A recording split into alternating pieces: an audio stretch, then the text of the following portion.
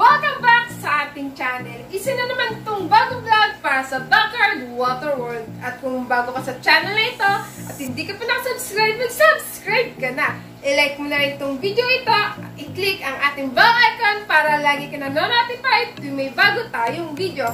Dahil weekly, mag-upload tayo ng bagong video. Siyempre, i-visit nyo na rin ang ating FB page. I-like nyo na po ang ating Backyard Water Shop para lagi nyo nakikita ang mga bago nating items sa ating shop.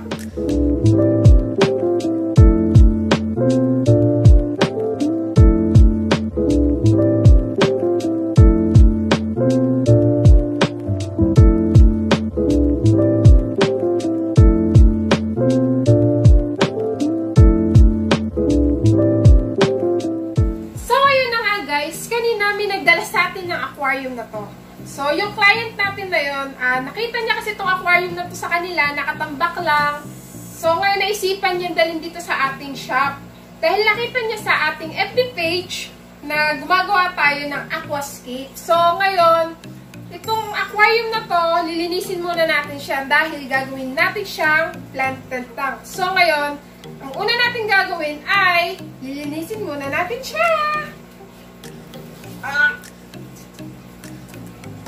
So, ito na nga, lilinisin na natin yung aquarium. Ang gamit ko panglilinis sa kanya ay Scotch Brite tsaka tubig lang. So, umpisa na natin. Tatanggalin na natin yung watermarks. Ay natin, tanggal talaga siya.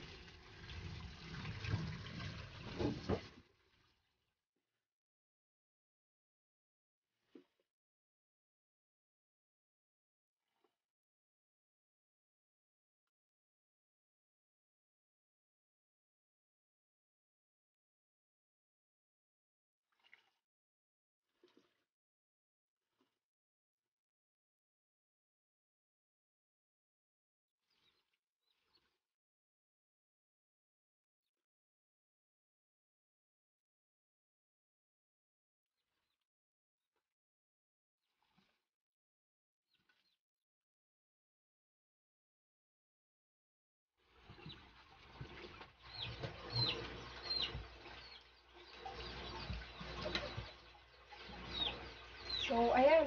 Nalinis na natin. Hintayin na lang natin siya matiktik at matuloy. So, guys, ito na yung aquarium na nilinis natin ng ating client. So, hindi natin siya nagawa kahapon kasi may mga buyers tayong dumating. So, ngayon, meron tayong partner na tutulong sa atin para magawa yung aquascape na gusto ng ating client. So, papakita lang natin yung mga gagamitin natin. Pakita ko lang po yung rocks, pebbles, tsaka aqua soil, tapos meron tayo ditong maliit na bonsai. So, ayan. So, yun. Unahin muna natin syempre yung hardscape. Yun yung pinaka-substrate natin, tsaka yung mga rocks, tsaka yung bonsai. Lagay na muna natin siya. So, yun. Gawin na natin.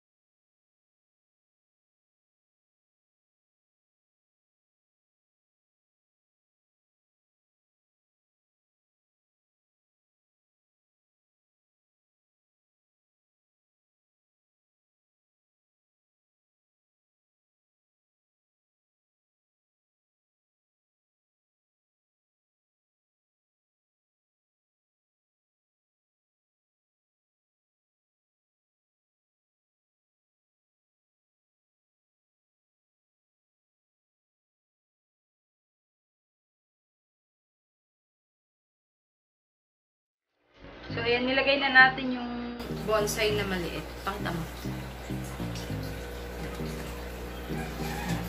Nagre-reflect din masyado makita. Tapos, ginamitan natin ng rake para maitaas natin yung part na to.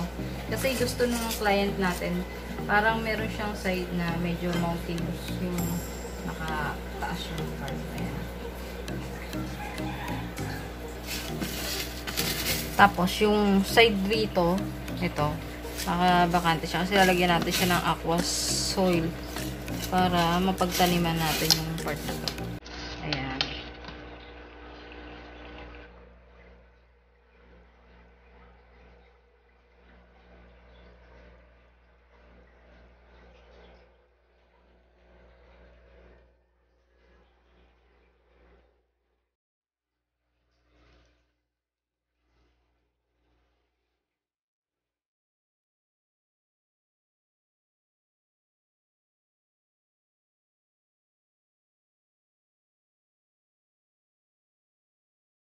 Ayan, i-ice lang natin yung aqua soil.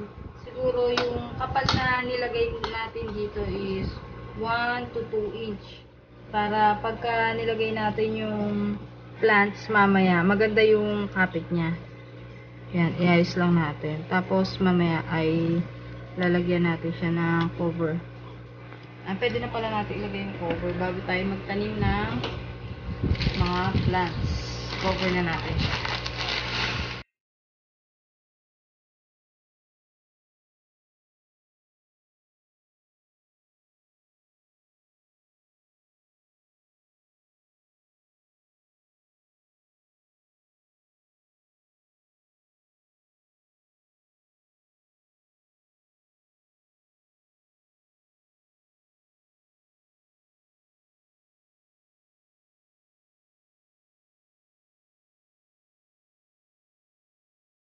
So ngayon, eto na yung nagawa nating hardscape. Ang gagawin naman natin ay kukuha tayo ng mga plants. So mag-harvest muna tayo.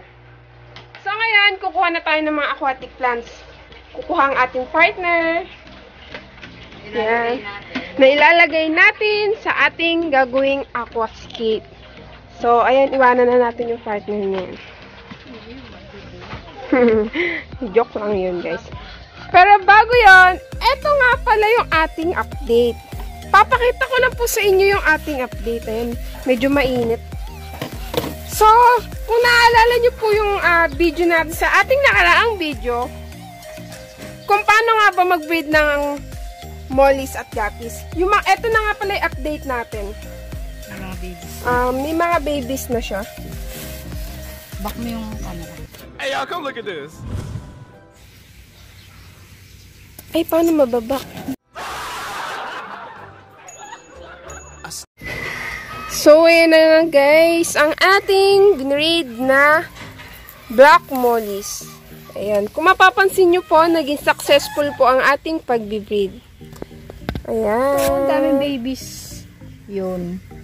Tsaka tignan mo yung yung plants natin. Sobrang laguna. Ito lang yung ito lang yung nilagay natin doon sa nakaraang video natin. Ito mismo yun. Yan. Bilis niyang humaba. Yan. Available pa rin po ito dito sa Backyard Water Shop. Ayan. Sobrang dami ng babies. So, successful talaga yung breeding natin. Tsaka guys, kung mapapansin nyo din po, hindi po kinain ng mga parents nila yung kanilang anak. Hindi sila kinain ng parents nila.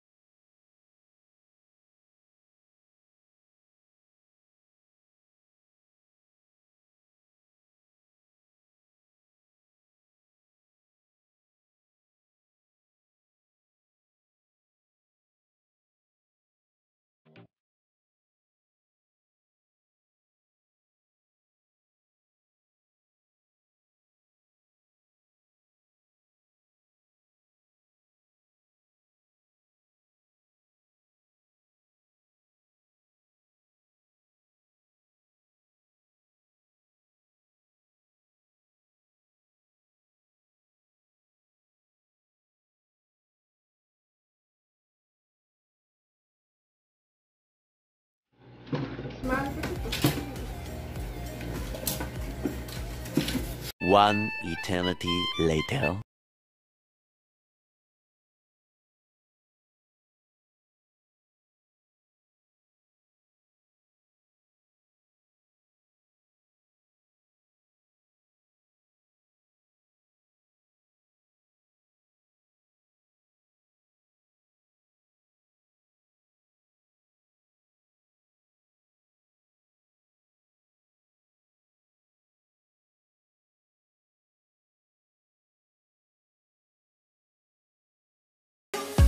Guys, eto na po yung ating aquascape na ginawa. Hindi na natin na-i-video yung mga naidagdag nating plants kasi may mga buyers tayong dumadating.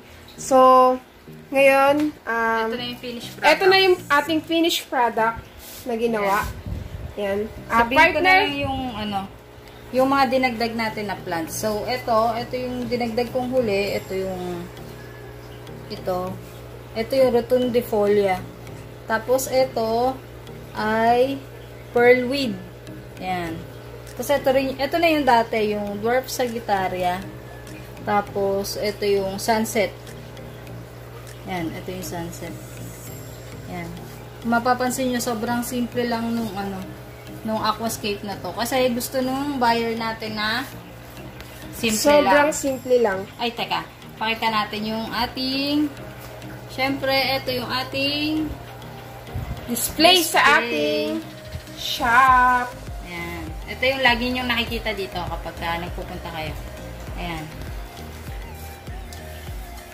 At syempre, sa mga gusto pong magpa-aquascape, pwede nyo po kami i-PM or i-message sa aming FB page, Backyard Water Shop. O pwede rin po kayo mag-comment dito sa aming video.